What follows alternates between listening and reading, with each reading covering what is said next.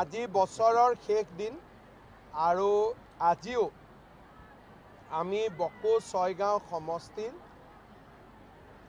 33,000 মহিলাৰ মাজত মহিলা উদ্যমিতা অভিযানৰ পুঁজি বিতৰণ কৰিলোঁ।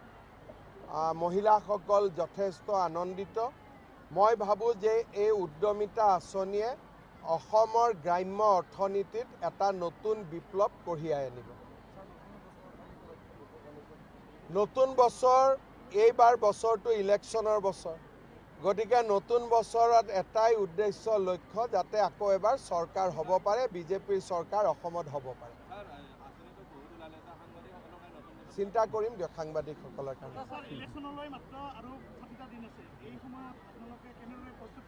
আমি আমাৰ প্ৰস্তুতি সম্পূৰ্ণ। আমাৰ সমান্তৰালভাৱে পাৰ্টিৰ কামো চলি আছে, চৰকাৰৰ কামো চলি আছে, গতিকে আমাৰ কোনো সমস্যা নাই।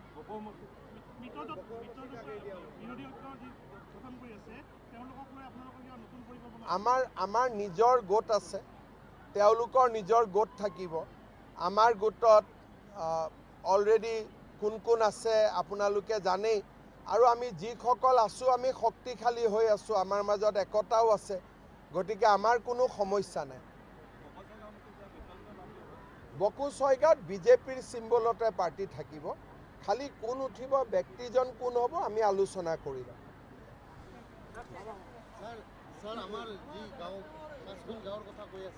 পাঁচখন গাঁও কি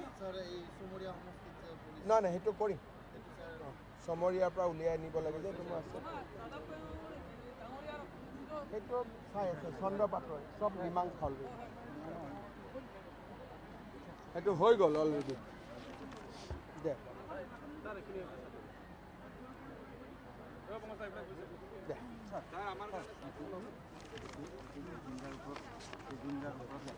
মই চাই দিম দে বাবা, মই পঢ়ি পেলাই কাব্যগ্ৰন্থ উন্মোচন কৰিম।